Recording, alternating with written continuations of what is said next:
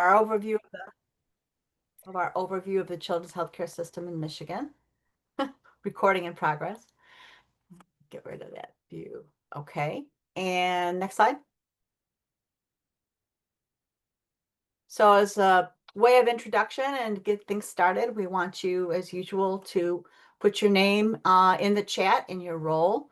At our last meeting, we had parents discuss and talk about their experiences in the healthcare system, both their positive experiences that made their healthcare better and some of the barriers and negative experiences that kind of got in the way of good healthcare. So we want you to also include maybe one thing that stood out to you in that from that last meeting, one thing that you remember the parents discussing, and we'll give you a few minutes to do that.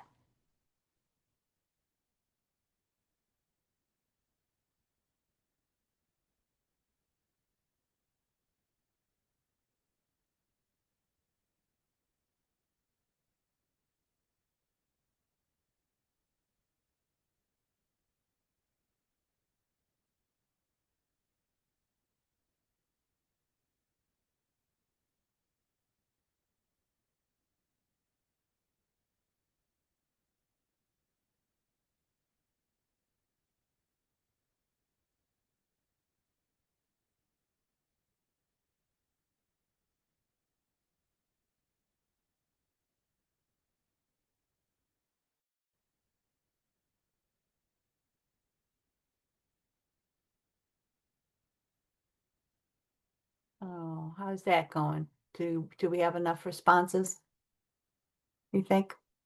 Everyone putting Sure. things Yeah, in we the can chat. we can talk through them a little bit. I see someone saying how during last meeting, how much pressure is on parents to figure out how to navigate the complex system, how parents really value being an equal partner in children's care.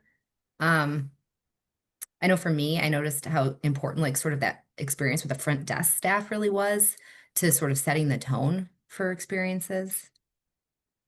Um, and then how people may not know what medical home is until a provider tells them, or even they just read a sign. Like that might be the only information they have. Sarah shared she was struck by discussion around power dynamics, interactions with physicians, and differences it can make to success as a relationship for parents to feel respected as experts.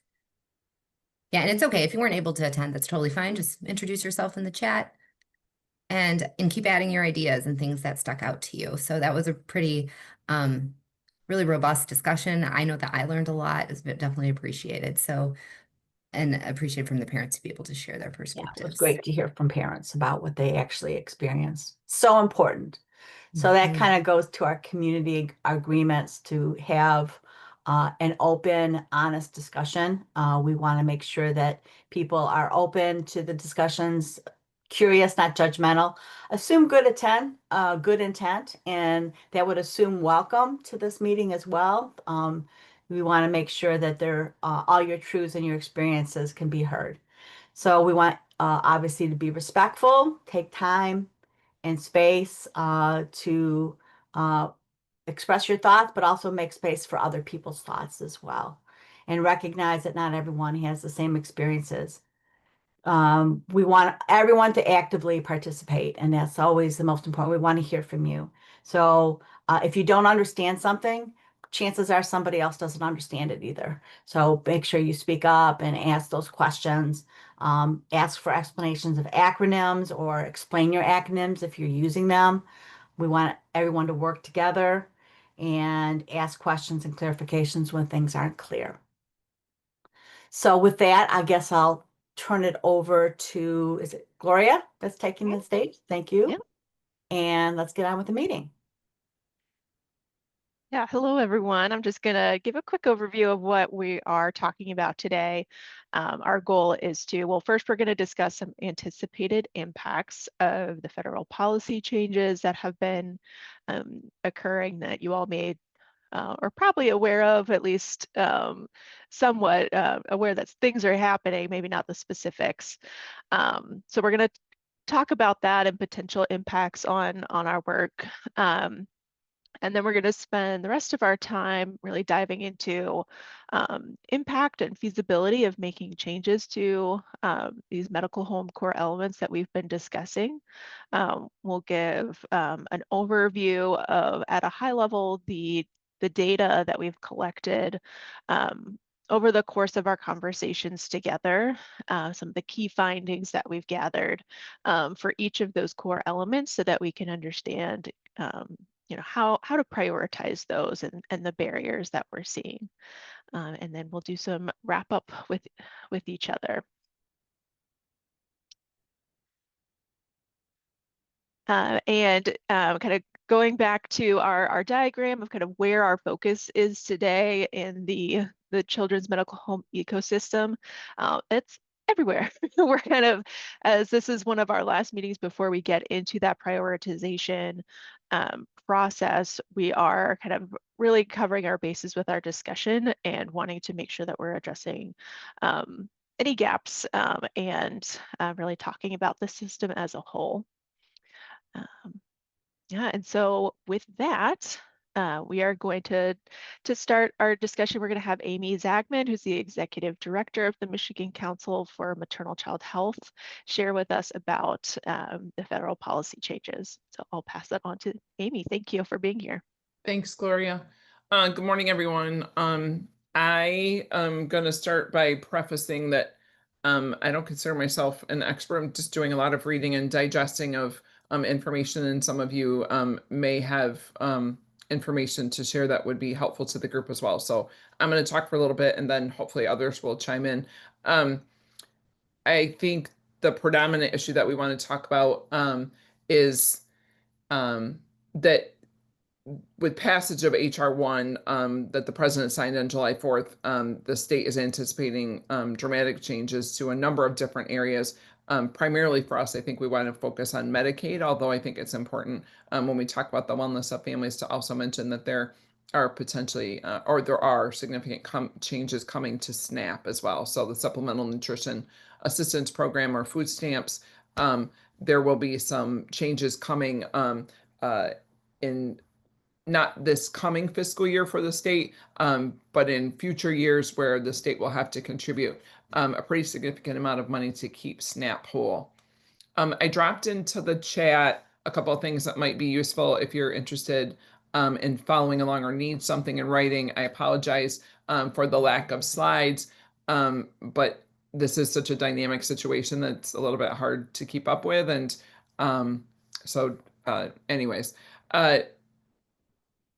I think we've talked previously about the potential that this group might identify policy areas that need to be worked on, and we're obviously still very interested in that. I think the unfortunate circumstance that we're in is a lot of the things that we've come to rely on as far as system supports are potentially going to be impacted by this federal bill and by the impacts that we'll have to our state budget. So the report that I dropped in was just released from the House Fiscal Agency, and it speaks to some of the immediate impacts of the legislation.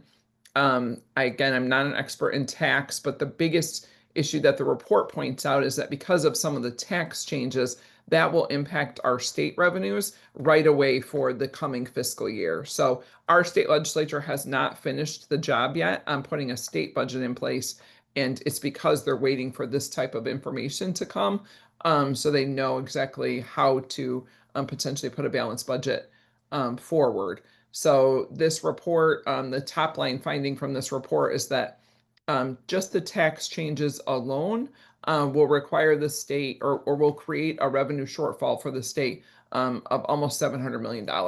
So this is on top of the fact that in the normal budget process, the governor proposes her budget, the legislature starts to work on it, and in May, they come together and reevaluate the amount of revenue. And when they did that, they already had downgraded state revenues from the January estimate to the May estimate by over $300 million.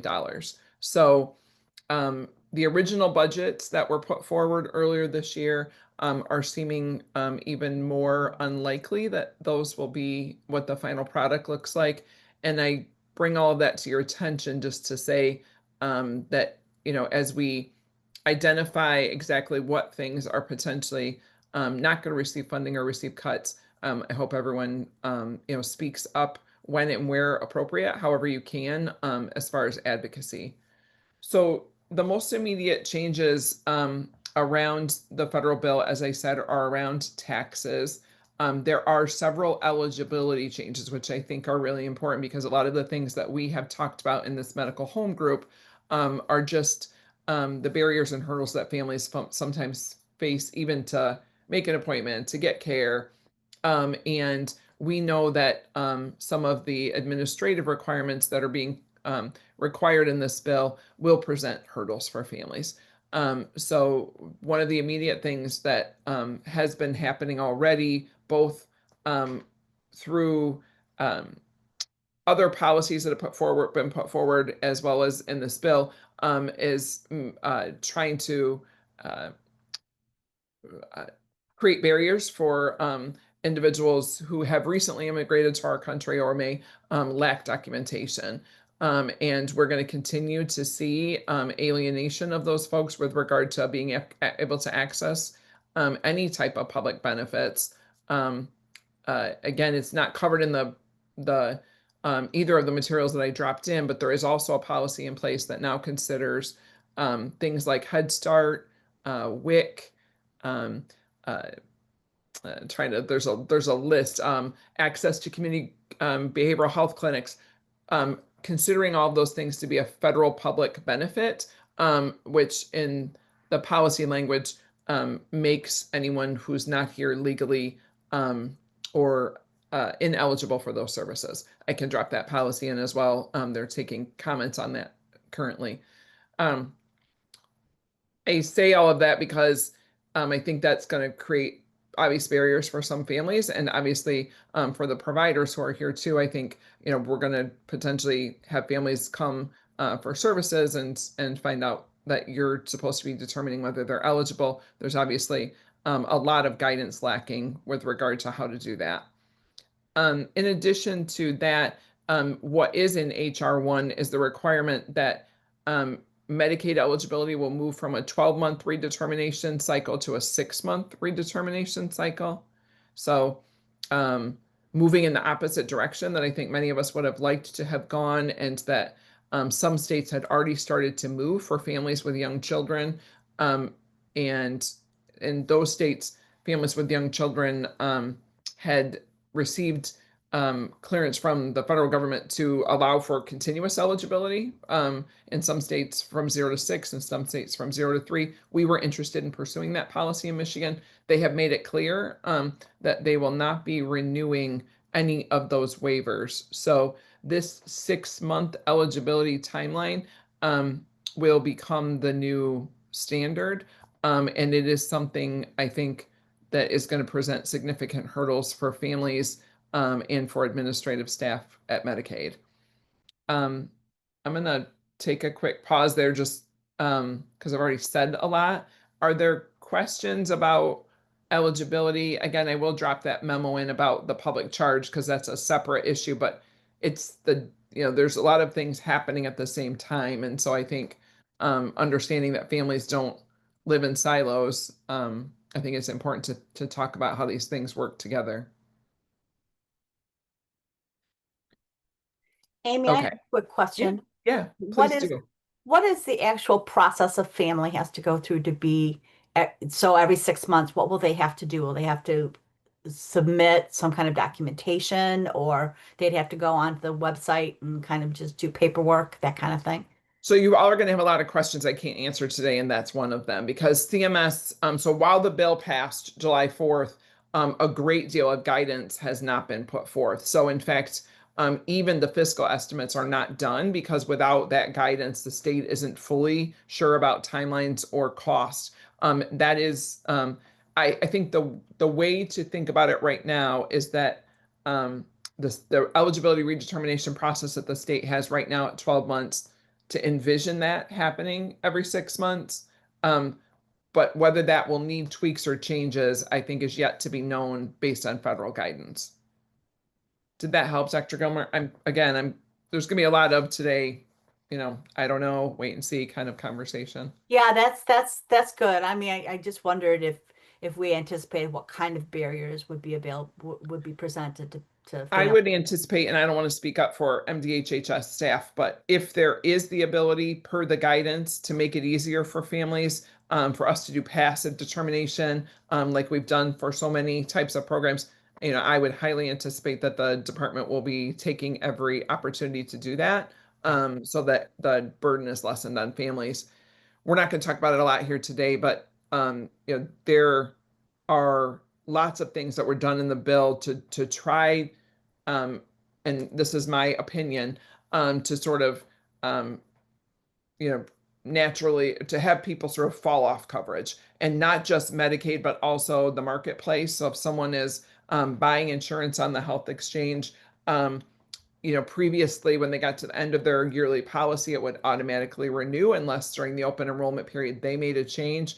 Now with this legislation, active enrollment will be required or the person will lose their coverage.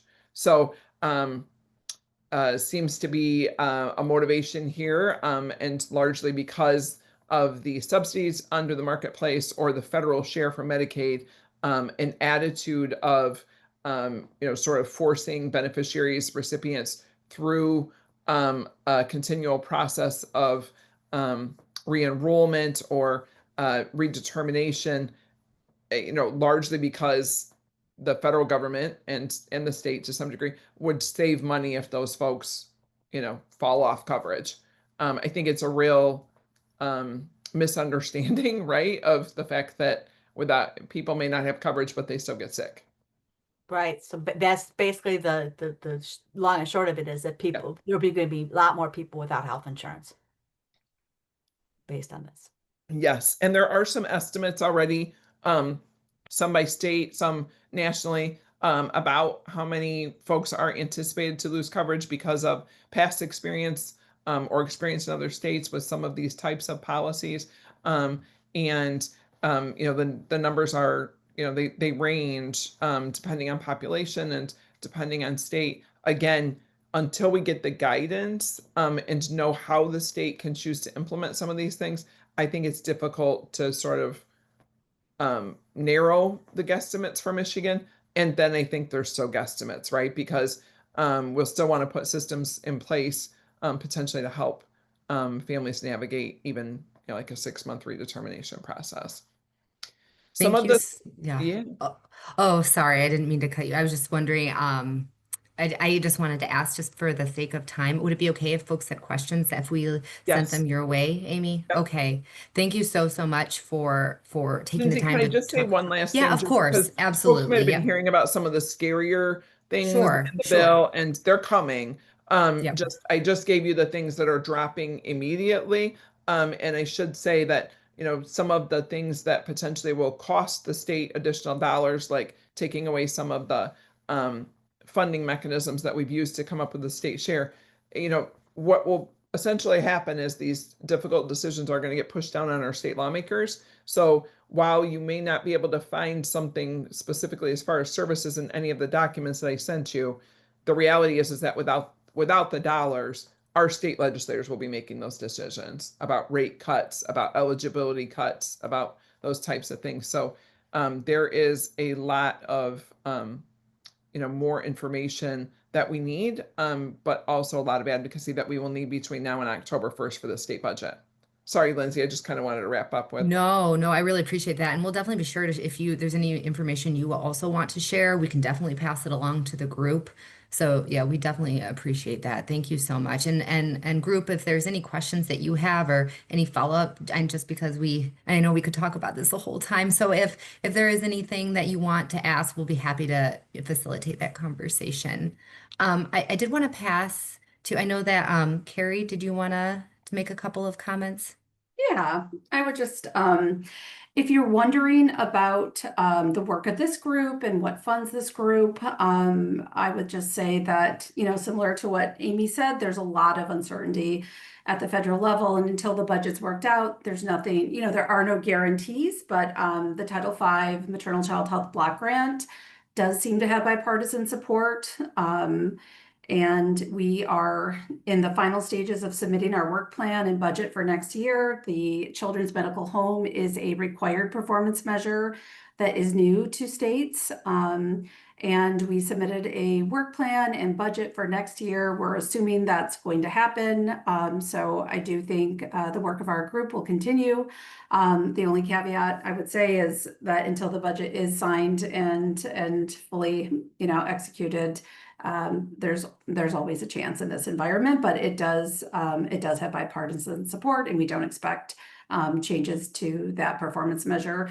I think, given Amy's update, probably the biggest, policy changes that are wrapped up into the reconciliation bill that just passed will have huge impacts potentially to the medical home infrastructure here in Michigan. And that's probably the biggest thing that will impact like the work of this committee is really understanding the impact that those policy changes are going to have on access to care for kids, especially vulnerable kids and vulnerable populations. And so, we'll have our work cut out for us moving forward. So thanks for giving me a second to address that, Lindsay. Yeah, absolutely. Sarah, are you still there? She shared that she lost power, so I'm sure she will be back soon.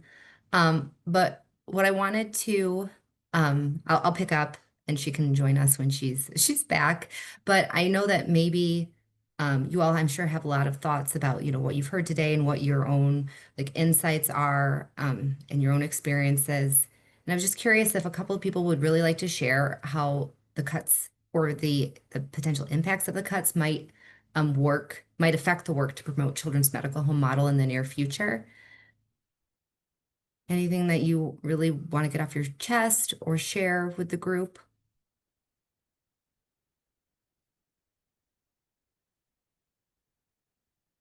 Well, I'm personally worried about children of undocumented citizens not going to get health care, families not feeling like healthcare institutions will be a safe place for their kiddos to get seen.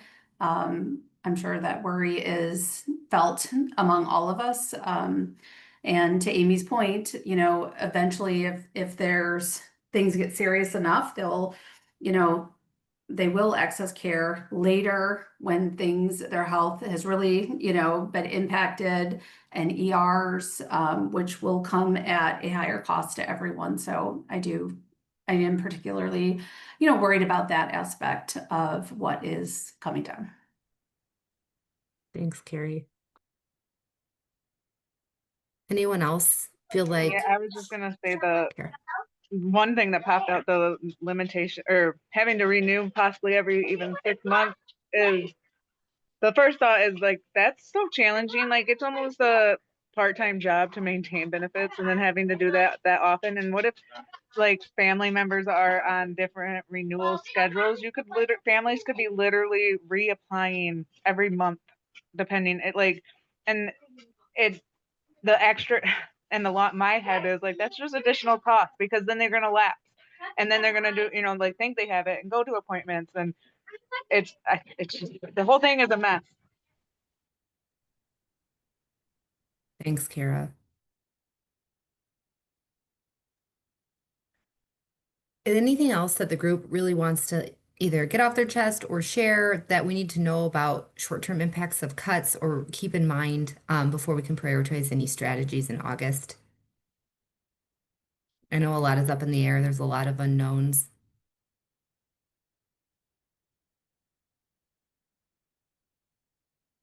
I'll just say there's not many practices, physician offices that would accept uninsured people. And so these people will have to end up getting ER care, which is the farthest thing away from a patient-centered medical home that you can probably find. So for our work, it's, I think, particularly challenging because these people would just fall off the radar. Thanks, Dr. Gilmer. Yeah, a lot a lot weighing on us, a lot to keep in mind. I really do appreciate Amy's constant like urging for like advocacy and knowing how important that is. And so at this point, yeah, Amy shared redetermination will be a challenge and a tandem challenge that will make it harder on families and on providers. That is that the Medicaid retro eligibility is going from 90 days to 30 days. So yeah, additional hurdles there for sure. I'm gonna go ahead and I know maybe we can all take a deep breath together. Maybe we can all, how about that? Can we all just take like breathe in and out? I'm not a yoga instructor, but I feel like I can feel the heaviness here, and I know that you all can too. And so I know we're all here. Though I feel like our hearts are in the right place. We're going to continue to do the work and move this work forward, and we're all committed to this. And so I know it definitely is going to be challenging, but we're still here, and we're going to continue to push even when things are hard. So I'm just going to leave us there. I'm going to pass for the next section. We're kind of like doing a little transition into sort of the content. So stepping a little bit away from the sort of politics and federal policy to talk a little bit about the findings that we have sort of learned from you all over the past few months. So that I'm going to reshare my screen and I'm going to pass to Gloria. Thanks everyone for engaging in that discussion, and thank you, Amy, for presenting. I really appreciate it. Thanks, Lindsay. And yeah, as you continue to, move into this section, feel free to, take yourself off camera, do whatever you need to do, take some breaths, do some stretches. Yeah, just to help your body process what's going on in the world. But yeah, now we're going to go into some discussion around the impact and feasibility of kind of implementing or changing how our medical home core elements are given currently. So we're going to do a little bit of review of kind of our initial aims with this group, initial goals. We'll go through kind of at a high level some of the major findings that we found for each of those core elements. And then Sarah's going to walk us through some different questions to help us understand like what elements do we think are the most changeable, ones where we could have some impact, ones that are feasible to work with. All right, so when we first came together as a group, we said that success would look like first, improved access to care. Thanks, Lindsay. Which that improved access to care, what we mean by that is improved access to that comprehensive family-centered care, especially for children with special healthcare needs or more complex medical needs, those living in rural areas, and those communities that have had limited access to health services in some way. We also wanted to, our success would have some measurable positive outcome, and that could look like children's health outcomes, aligned with our goals. This could include improved patient and family satisfaction, health outcome metrics, reduce differences in health outcomes between groups, that sort of thing. And then expanded medical implementation of medical home. So this, particularly in regions that have significant barriers. So this includes more families, communities, and providers knowing what a medical home is, and increasing the numbers of providers who are functioning as a medical home, whether or not they're accredited in some way. That's something that we have found through our discussions is that accreditation can be useful, but it's not always attainable for practices based on some of the barriers involved. But there's also practices that are providing that care without that official label. So we really want to focus on practices providing that care for families. So today we're going to start the conversation by focusing on the parts of the medical home model that feel both doable and important for this group to promote at this time. And next time we're going to dive a little bit more into these areas. and look at some of the barriers and start brainstorming and prioritizing which of those we want to focus on, and thinking about next potential solutions as well in the coming months.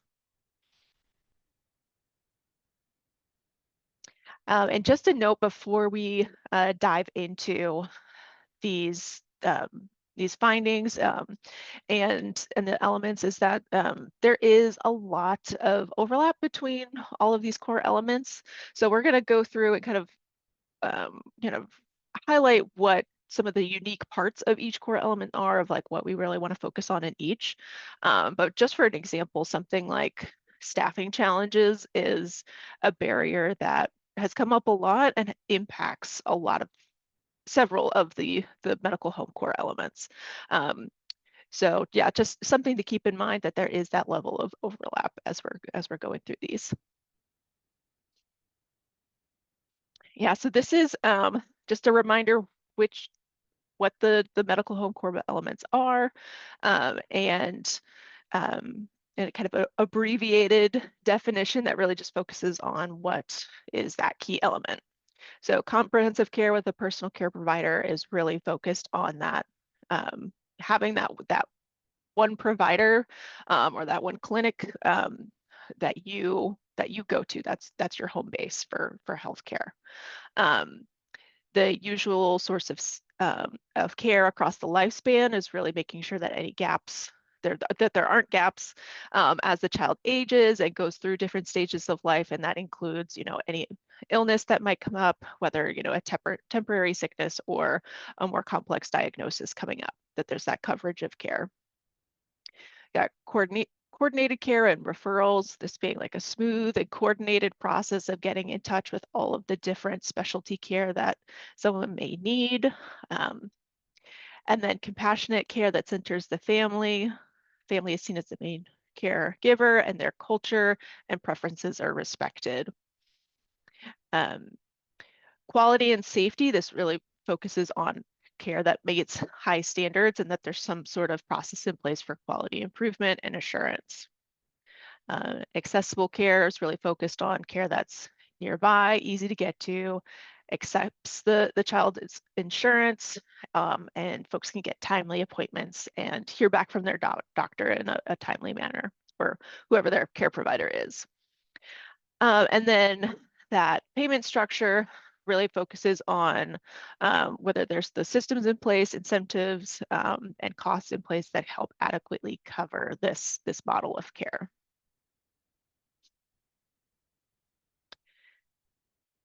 So yeah, with that, we can move on to our key findings. So with, sorry to interrupt. I just wanted to say, for folks that are listening, we are going to be asking you some questions. So I want to have you to have these in mind as you're kind of hearing these results. So the first question is going to be, if we had to select particular medical home elements, which would you prioritize in terms of what it would be most impactful? So it would be most impactful to regardless of funds, like in an ideal world, what would be most impactful to choose to focus on? The second is, what would be most challenging to focus on? And then the third is, what is most doable and important for this group? So just kind of keeping those in mind as Gloria goes through her fantastic results. Thanks, Gloria. Yeah, thanks, Sarah. Yeah, so for comprehensive care with a personal healthcare provider, we have the definition up for each of these, if you want to reference that. But what we found is definitely that consistent and compassionate care with one provider when a child's medical history is all in the same place, that really helps parents feel respected and cared for, and helps build that trust with a provider. With the National Survey of Children's Health data, we saw some differences in children's access to this. Parents of non-Hispanic Black children in the last reporting year were less likely to report having a personal doctor compared to parents of non-Hispanic white children. And then we also heard throughout our discussions that staffing shortages in administration or the front desks, nurses, et cetera, creates challenges for getting that comprehensive care. Healthcare plans and systems also that automatic assigning of patients to providers can feel arbitrary, and sometimes it's a mismatch in what that family needs, and so that can kind of break that trusting relationship with the provider or a healthcare system. And then there's limited provider time and sometimes knowledge about care options, and this can require a lot of work on parents to do their own research. Some parents are definitely equipped to do this, and some parents might not be.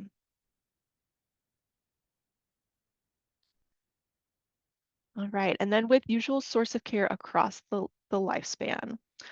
We found that parents deeply appreciate when they can get care quickly when their child is sick, particularly on like night or weekend appointments, same day appointments, and those after hour nurse lines, that those are really important to avoid going to either urgent care or the ER.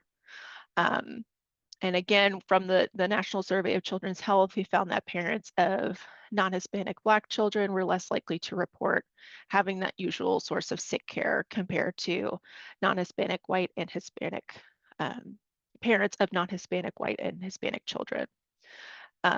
We also found that the percentage of children in Michigan who are receiving that one, at least one preventive health visit a year kind of generally just decreases as the child ages. So there's some drop off there.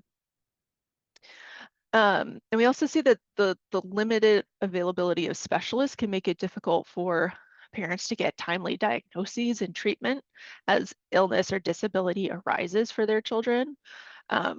And again, those staffing challenges, especially for small or rural practices, makes it really difficult to provide that phone call service in order to be able to pick up the phone at a 24-hour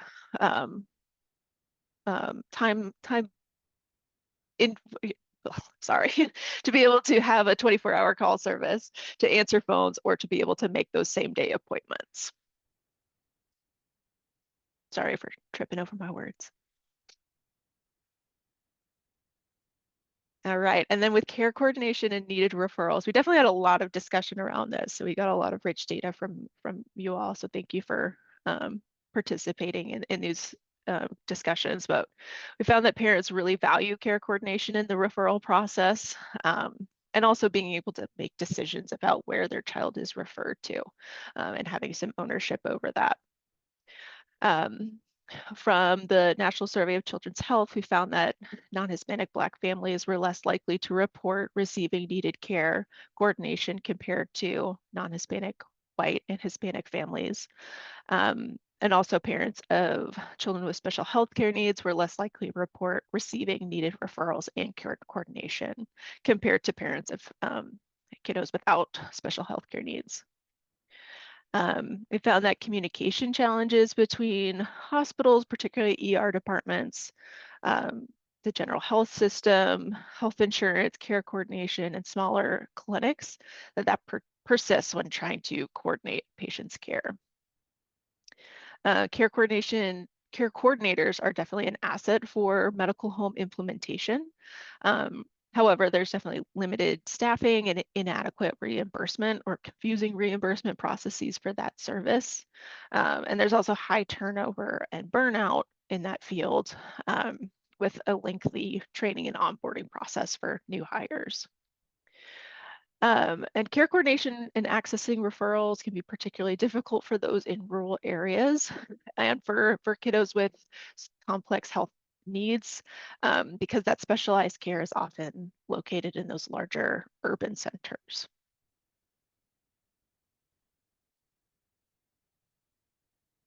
All right, and then around compassionate care that centers the family, we found that parents really value providers who listen to them, respect their preferences, and support their decisions about their child's care. We found that parents of Hispanic and non-Hispanic Black children were less likely to report receiving family-centered care compared to parents of non-Hispanic White children. We also found that families are not often aware of what a medical home is or whether their provider is part of one. And that accreditation does not usually include any parent education on medical homes. But we do know that our partners at the Children's Special Health Services provide education to families, particularly families of children with special health care needs, about medical homes and care coordination. And we also found that interactions with front office staff that's impersonal or kind of transactional in nature or negative in some way can make a big difference on how a family feels about their care. And it can definitely impact things like scheduling or getting test results anytime you have to talk to those folks at the front desk. All right, and then around quality and safety. So we reviewed the Medicaid Consumer Assessment of Healthcare Providers and Systems. And we saw that there was a downward trend for customer service rating for 2023 to 2024. We saw that doctor communication was given one of the highest ratings by participants, whereas the health plan and overall healthcare given was given one of the lower ratings.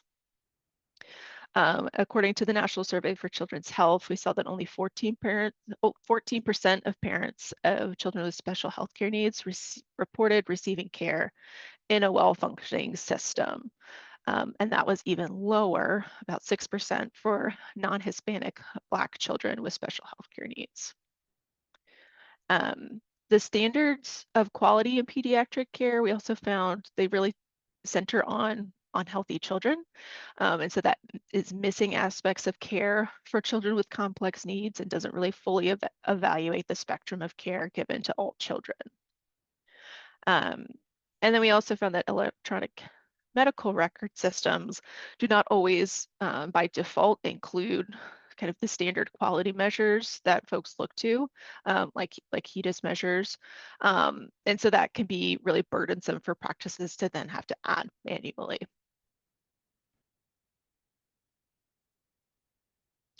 All right, and then accessible care, this definitely came up in conversation a lot. So practices with staff that are assigned to answer phones and address patient questions definitely improves trust, having that available and having it be like an actual person that people are talking to on the phone. And again, looking back at our National Survey of Children's Health, we see that parents of children with special health care needs were less likely to report being adequately insured compared to children without special health care needs. There's a lot of variability by income level. Parents of non-Hispanic white children were less likely to report being adequately insured compared to non-Hispanic Black children. And parents of children with special health care needs were also less likely to report obtaining timely care compared to children without special health care needs.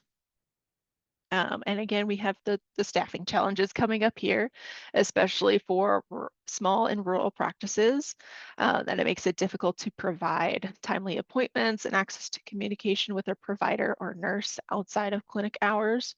But we did see that some clinics are exploring ways to have kind of shared on-call lines to help cover this. And we also found a lack of local specialty providers who take Medicaid, lack of transportation or adequate insurance makes it difficult for families to get the needed care for their children. And as we just discussed earlier today, those changes to Medicaid eligibility and funding at the federal level may impact accessibility to care, and that families need assistance navigating insurance coverage and reimbursement.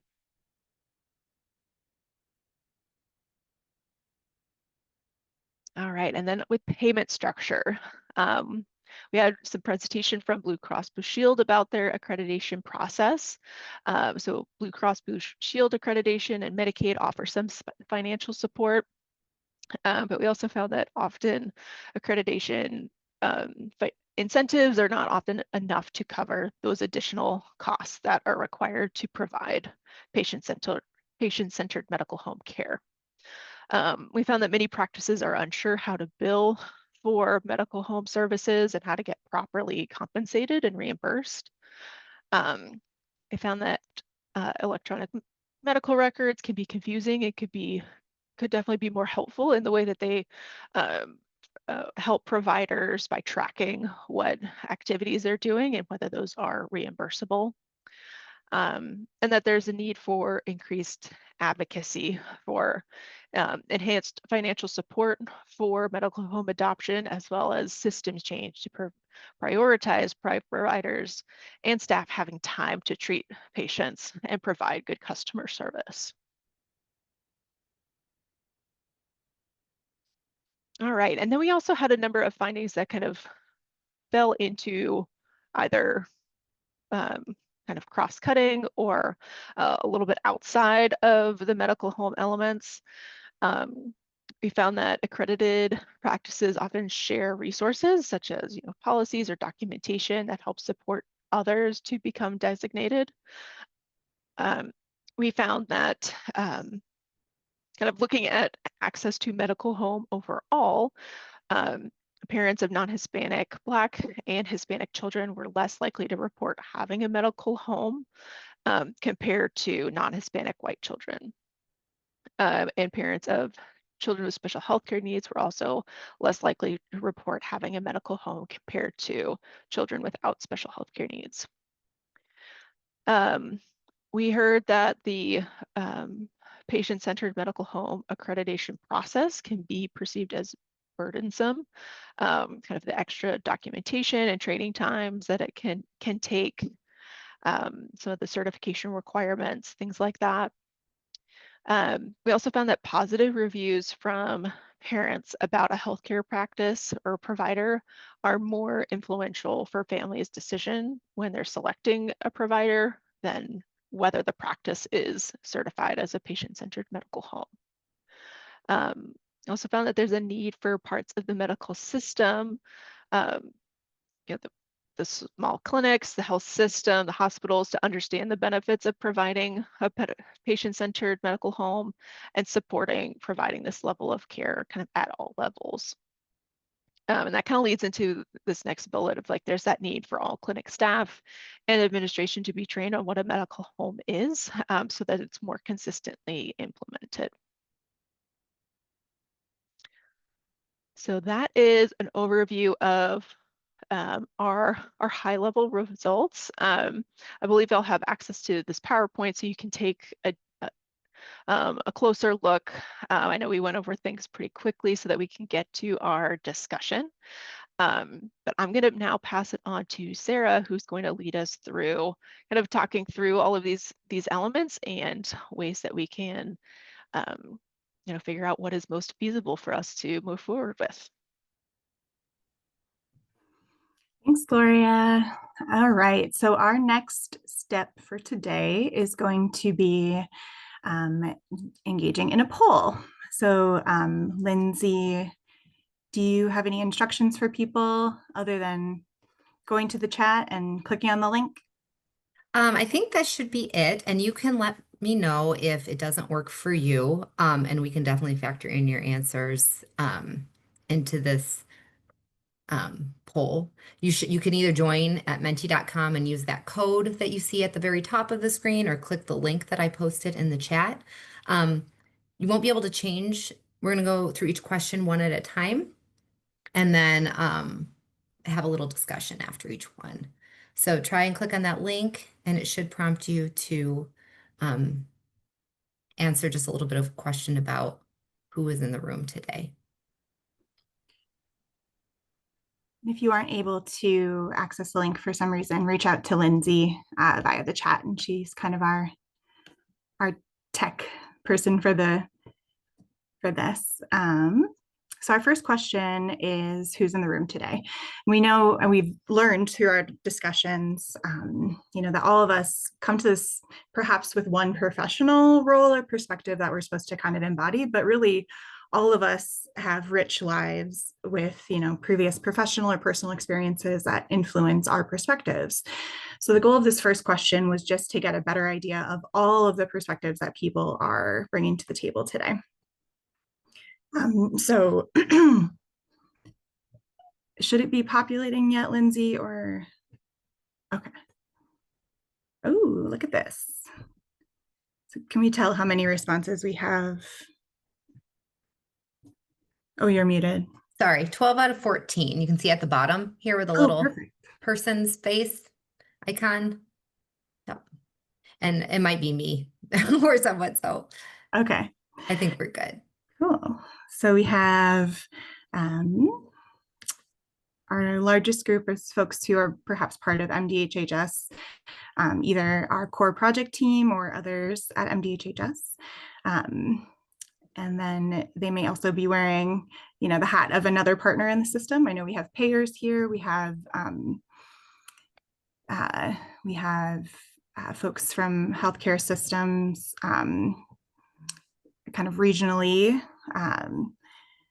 Look at all of these beautiful responses. And we have lots of parents, even more than our parent, designated parent perspectives. We have 5 folks who say they are a parent of a child without special healthcare needs, and 3 that say they have a child with special healthcare needs. So there's a lot of really important perspectives in the room. Thanks, Lindsay. We can move to the next question.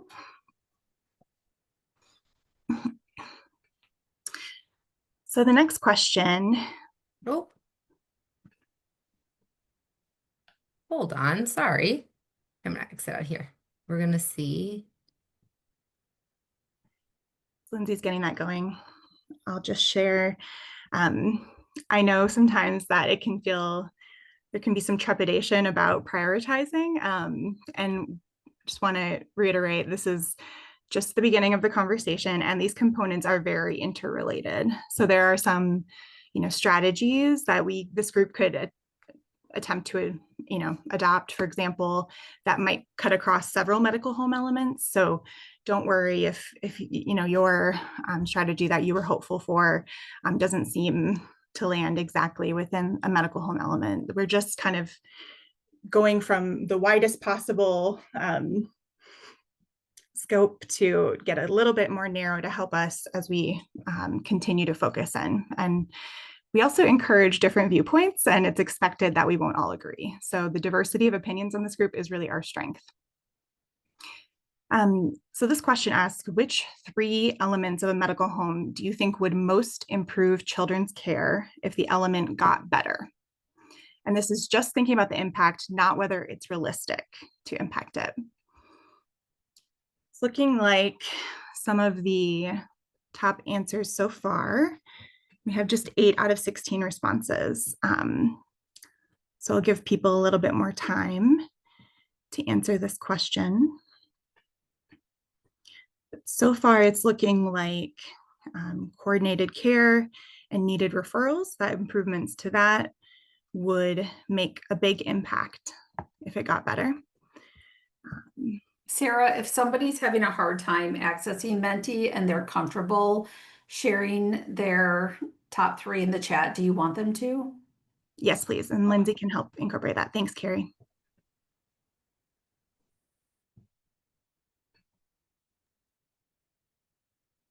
You could also share directly with Lindsay in a private message. If you just click on her hyperlinked blue name, it'll go just to her and not the full group if you'd rather just send her a message directly. Thanks for adding that, Sarah.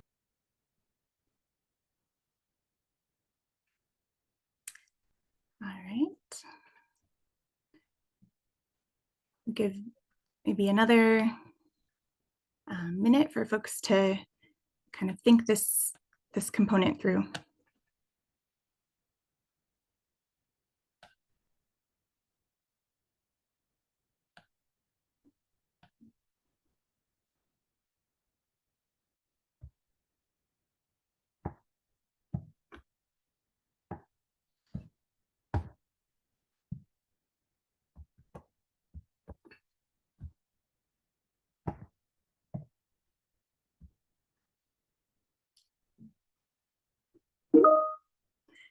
Okay, so seeing no more responses, and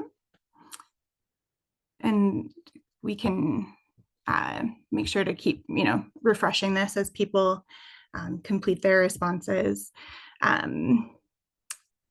just a little bit of discussion around this. So would anyone be brave to start us out to sharing perhaps why they picked coordinated care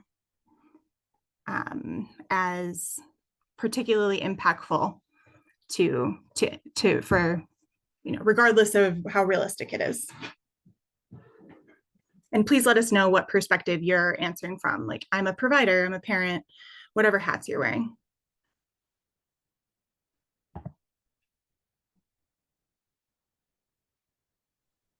I was just going to jump on and say last month we heard from so many parents that was a common theme. So I know just from my personal experience as a parent, but we heard that kind of across the board from everyone last month. So that's why I picked it. Thanks, Vanessa. Vanessa or others that picked coordinated care, did you have particular kinds of improvements you were imagining for that element?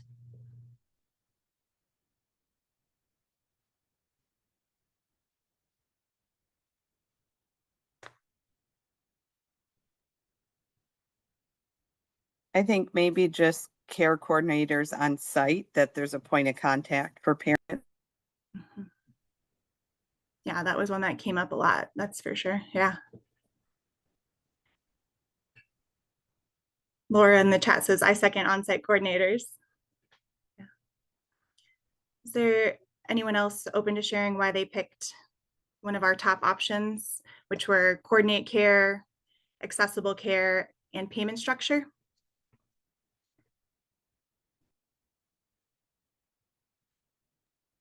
I picked one of my top three was accessible care, and I was kind of looking at it, some of my top ones as like, what are the first things that would need to happen to even get people through the door in a visit with a healthcare provider? And so that's one of the reasons I picked accessible care.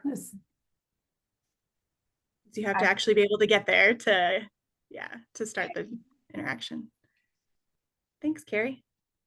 I think all three of them kind of show like simplicity in some ways. Like it could make things simpler and less or more available, less stressful. Like, so that's why I personally, like, there's enough going on in life as a parent, expect, any parent, but, and it, like, life is busy and life is always lifing. So all of them, but they just make it smoother. Like everybody's on the same page as a coordination. So that's where all three of them are what I actually selected too. So. Oh, great. Yeah, that's such a good point, that they all kind of, the impact on children or families would be kind of decreased stress, increased simplicity of actually getting healthcare. What do others think would be the impacts on children or families if one of these elements got better?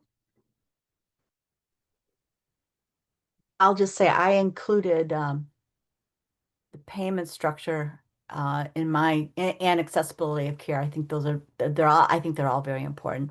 But the payment structure is the reality that if it costs a practice money, if they lose money on this on developing a patient-centered medical home, the reality is it's just not going to happen. Mm-hmm. And I think that's an unfortunate practical consideration. Absolutely. Very, very important practical consideration. Yeah.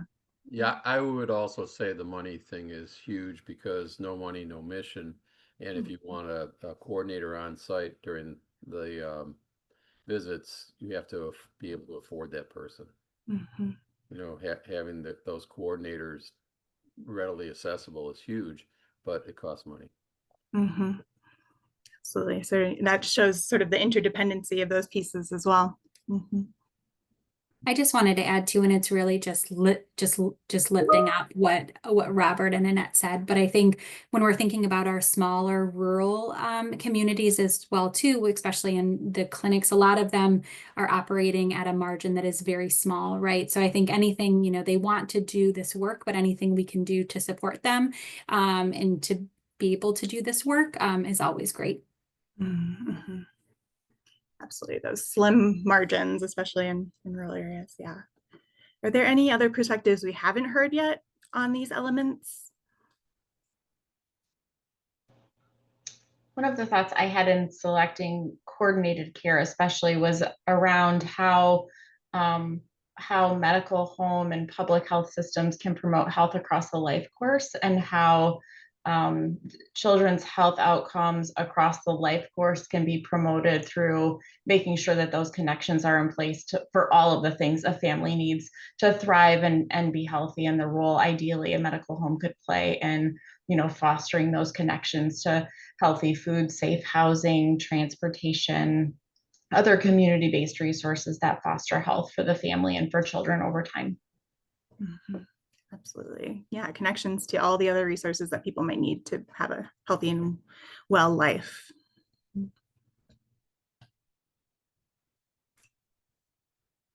Are there anyone who who wants to put forward another element as important that perhaps didn't make it to the top 3?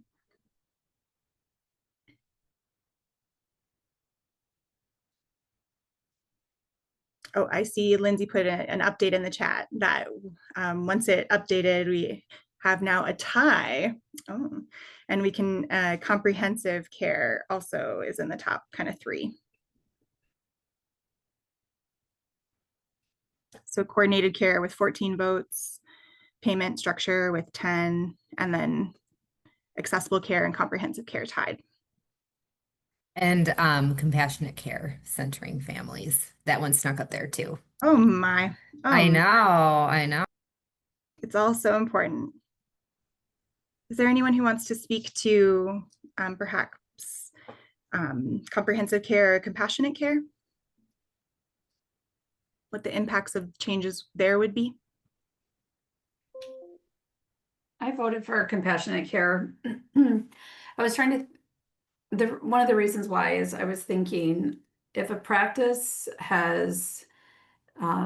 incorporates compassionate care that centers the family, that practice would be, I would like to think, more apt to think about the total needs of families. They might be more apt to have support staff that could help with coordination of care.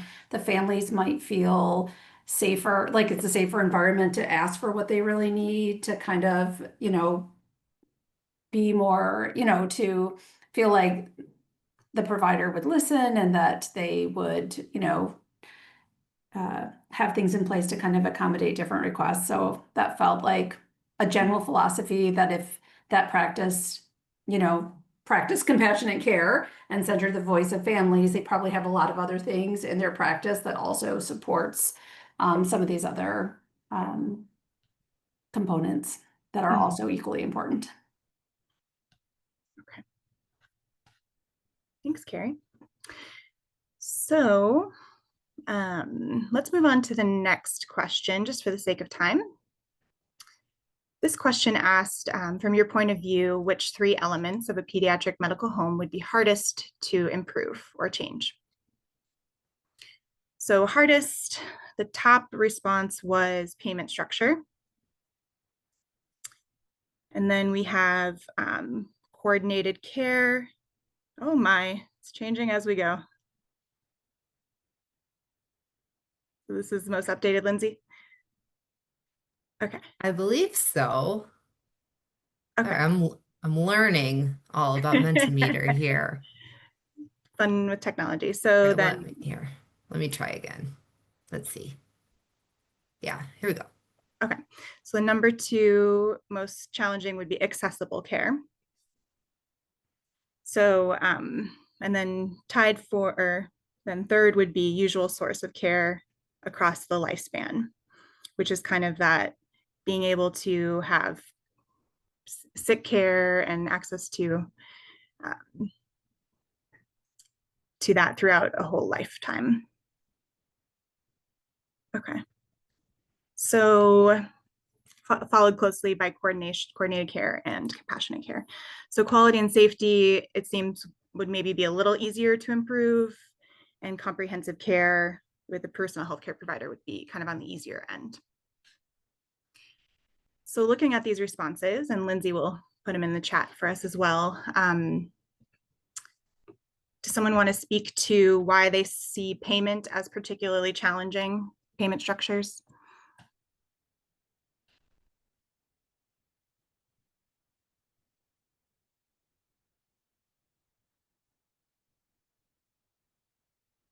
For all the reasons Amy just talked about. Yeah, there's a lot that goes Especially our into it. environment right now it's really going in the opposite direction of having increased resources for this kind of stuff. Yeah, absolutely. Well said. How about accessible care? Were folks thinking of particular changes that would be really tough to make when it comes to accessible care? Or what makes that element hard to change?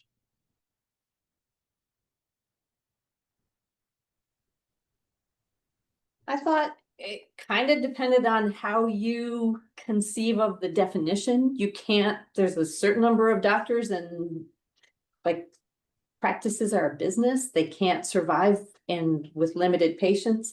And we didn't really talk about telehealth and virtual solutions. So without that, I felt like this one would be really hard to address, but there may be options to come at it sideways. Mm-hmm. Is there anything folks wanted to add about what would be hard to tackle around accessible care or usual source of care? This is Jessica. I'm from Blue Cross, and I agree. I feel like, especially during the pandemic, a lot of people retired, moved into different areas of medicine that maybe we're not currently facing.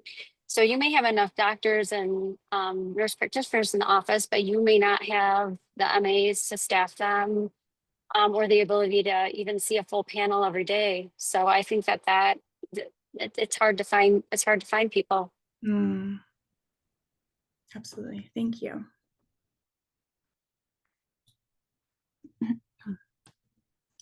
I Anyone would have- add, this is Kristen Reese. I would add, thinking about being accessible in terms of hours of availability, again, with there not being enough staff to just staff an 8 to 5 office, how are you going to offer extended hours? And, so many parents work.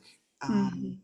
I know when I was a single mom, that was a huge challenge of not being able to, even just regular doctor's office visits were a challenge because it meant taking time off work, and there Mhm. just traditionally haven't been other options, and I don't see that improving. Mhm. Thank you, Kristen.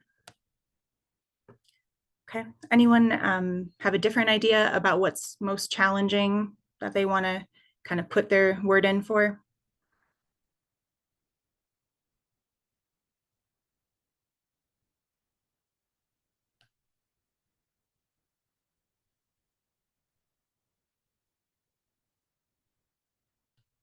Okay.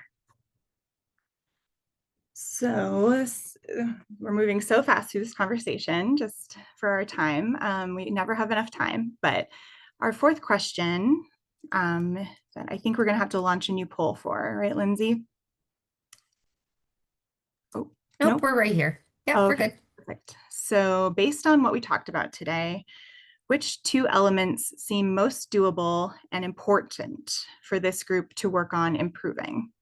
So again, it's doable and important for this particular group with the people we have today to work on improving. And our responses here in the top spots, we have coordinated care,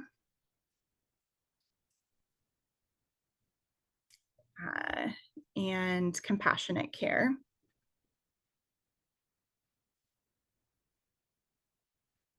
That centers family and culture. So let's discuss these two, since those were kind of the front runners. Is there anyone who's willing to share more about why they chose one of these top elements, why it stood out?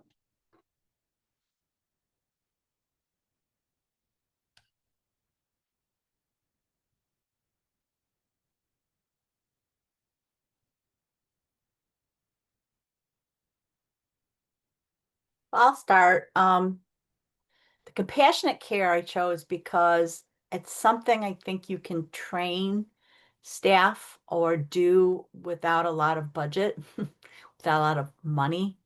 And it's kind of an attitude shift as opposed to a structural shift, which I think Mm, might be a little bit more attainable given the limitations we might have with resources. mm. Mhm. Thank you. How about others who picked compassionate care? What kind of moved you in that direction? What do you think? Why do you think that would be important for this group to tackle right now? I chose it. This is Kristen Reese because I think it's something you can approach from both the family perspective and the provider. Mm, absolutely. Thank you. Yeah, that makes sense. I see Carrie in agreement with that. Dr. Gilmer and Kristen. How about folks who chose coordinated care? Why does that feel particularly important and doable? I can jump in. I think, you know, we all know it's important, right? If families need other services beyond what can be offered in the medical home, that they need, you know, someone to help connect them to those things and potentially refer them to those things. It feels doable to me only because it's not as reliant necessarily on funding. I appreciate all of those folks need the resources to do the work that they're doing, but in many ways it's largely a awareness on the part of both the referrer and the referral agency of, you know, establishing those connections between each other. It seems like something we can help foster. Mhm. Thanks. Anyone else who wants to speak to coordinated care?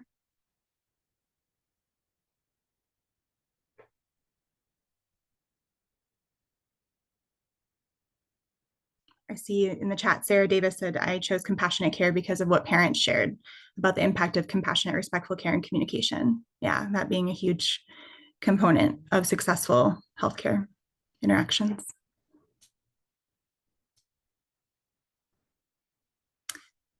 So do these elements, these two elements, feel doable for this group because of something we already have in place?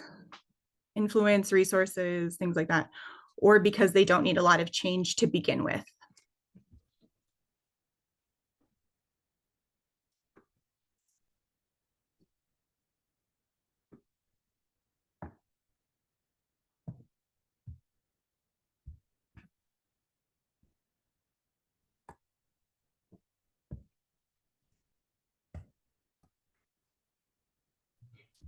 I'm hearing, go ahead.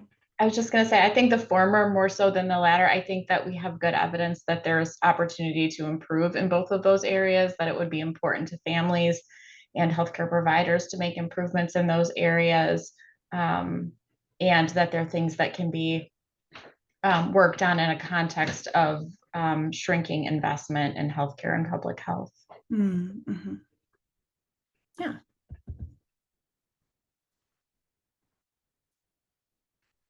So looking at these top two responses and the conversation we've had about it, is there anyone who would change their answer after hearing from others?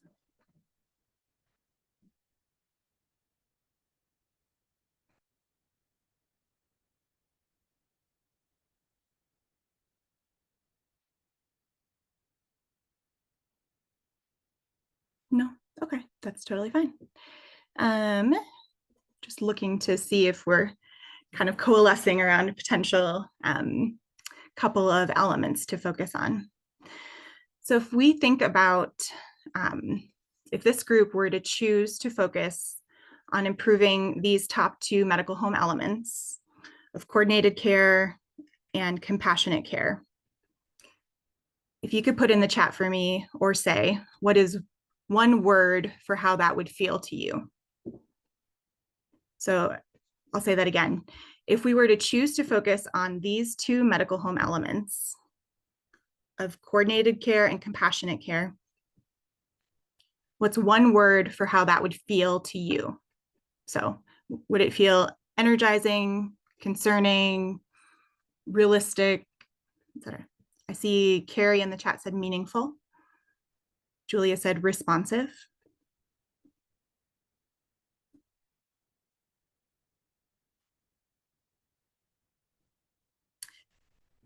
Dr. Gilmer says therapeutic. Laura says actionable. Okay. Any other feelings? All encompassing. Okay, I like that.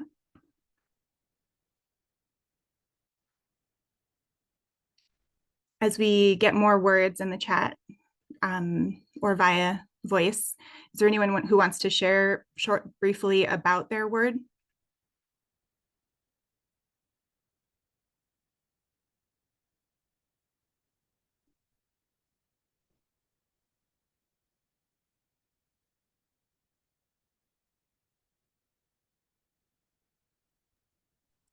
I feel like anytime you can make meaningful change in the healthcare space, it's progress.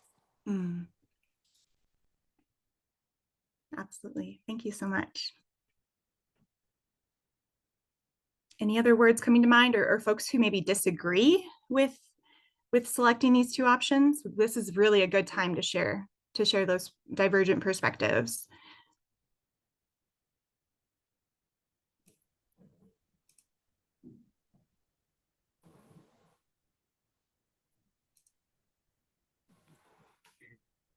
Hey, good afternoon. This is Lonnie, and I don't disagree, but I want to acknowledge, and I don't want us to lose sight of the payment structure, which scored really highly on the previous two questions. And my thought is, with the emphasis of this question on what this group can do, is why payment structure didn't rise to the top.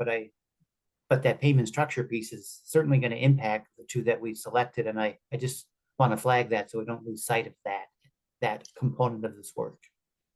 Absolutely. Yes. Thank you. Thank you very much for bringing that up, because yes, absolutely. There are two things that showed up in our first two questions that aren't maybe doable for this group, but that are critical to the success of Children's Medical Home as a model, and that is payment structure and accessible care.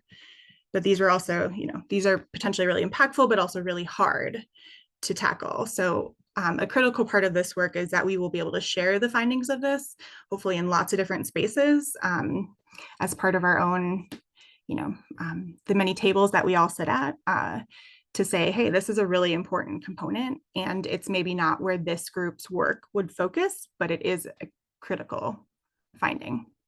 Thank you. Yeah.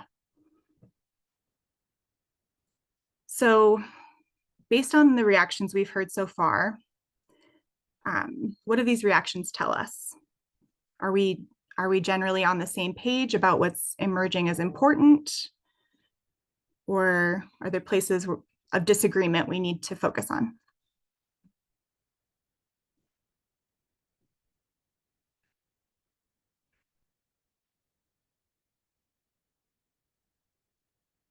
I think we're on the same page. I do want to say that I think accessibility of care it keeps rumbling around in my mind, and again, a lot because of the current situation, but we're anticipating even further loss of accessibility of care, and that was one of our key components. And I'm just wondering if, rather than improving accessibility of care, a focus should be just maintaining a current level of accessibility of care would be something that we should consider.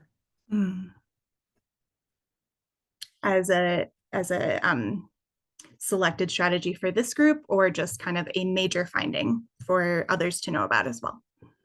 I think even maybe as a selective finding for this group. Okay. What do others think about that?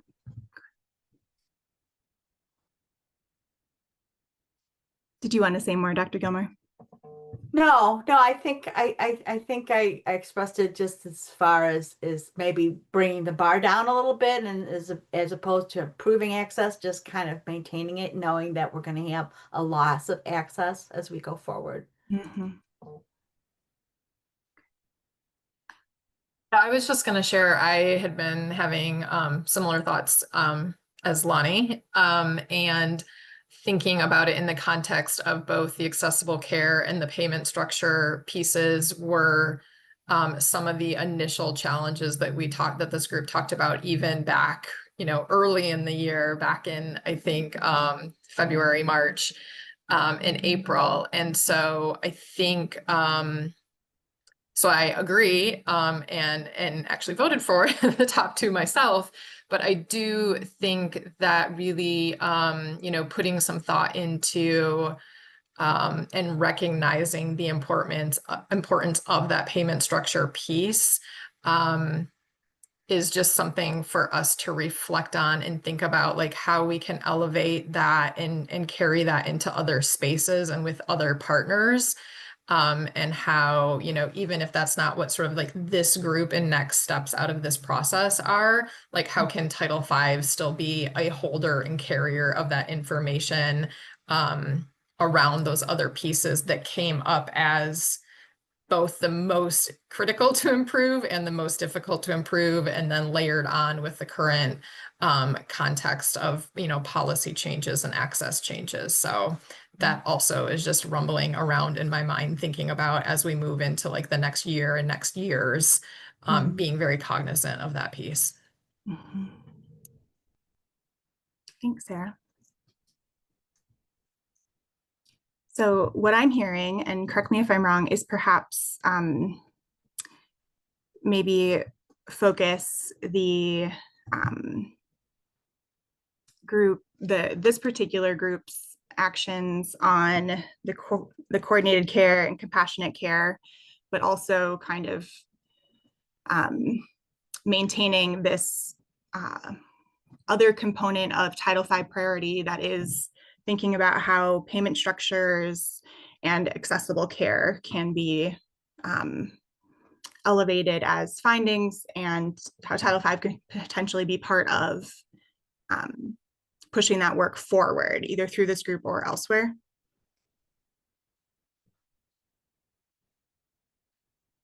Am I hearing that correctly, or how would others describe that? I think you summarized it well. I think that's exactly it. Okay. So given all of this discussion, can we agree on that proposal that this group will move forward with diving deeper into our system's barriers and strengths when it comes to the two elements of coordinated care and compassionate care moving forward, but also sort of having this our eye to and consistently sharing findings regarding the payment structure and accessible care? So I'm putting that forward as a potential kind of decision for today. Could folks put in the chat kind of if you agree or disagree?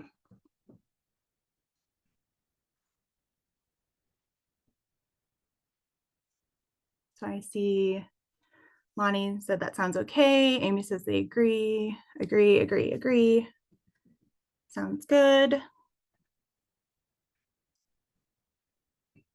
Is there any folks that can't live with that idea for today? Sarah, just a quick question. Can you clarify, will folks that weren't able to attend today's meeting have an opportunity to look at this or provide feedback? Or, okay, I thought that might be helpful. Yes, thank you so much for that prompt. So folks who weren't here today will have the opportunity to respond to a survey with the same questions and give their perspectives via writing. So our next steps will be kind of incorporating any new thoughts that come from them into the discussion today. So there is a chance that we might still need to pick up this conversation next time, depending on if things change drastically in between meetings. So we definitely want to get the perspectives of everyone who has been so invested in this, but maybe didn't happen to get to attend this meeting. So sounds like we can loosely at this time kind of see that as a potential way forward, pending feedback from others who weren't here today. I see Amy has a correction in the comments. The language only applies to Medicaid expansion for adults around the 6-month redetermination requirement. I'll let you know if that changes, but that is the bill language. We haven't seen any policy to expand that, so my apologies. It's a moving target, Amy. We just really appreciate you helping us interpret what is known, because it is a lot going on. We just have 2 minutes left in our day today. Is there anything that wasn't said today but feels important to keep in mind?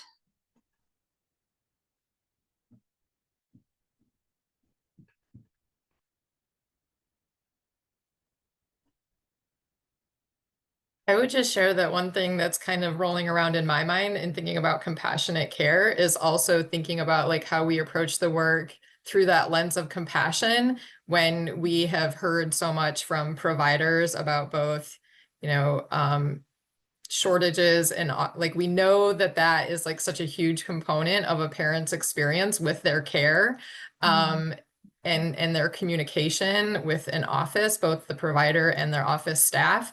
And at the same time, there are those challenges around workforce shortages and then the changes that are also, potentially coming with these policy changes and just that potential added stress and pressure for provider offices. And so, as we think about that compassionate care and that compassionate lens, just kind of bearing that in mind as well. The additional stress that providers and other partners in the system may be experiencing. Yeah, I love that, Sarah. Thank you so much. And yeah, how this group can put forward pieces that are compassionate to families and providers and system partners who might be going through a lot as well. So not putting more on people's plates. All right, well, we need to wrap up. There is, as always, an evaluation link that Lindsay will put in the chat. Thank you so much for all your hard work. On August 27th, we will begin discussing our system's barriers and strengths as it relates to our chosen elements, assuming those remain the chosen elements. And we'll build on what we've started today. So thanks everybody for all your great perspectives. We really appreciate it.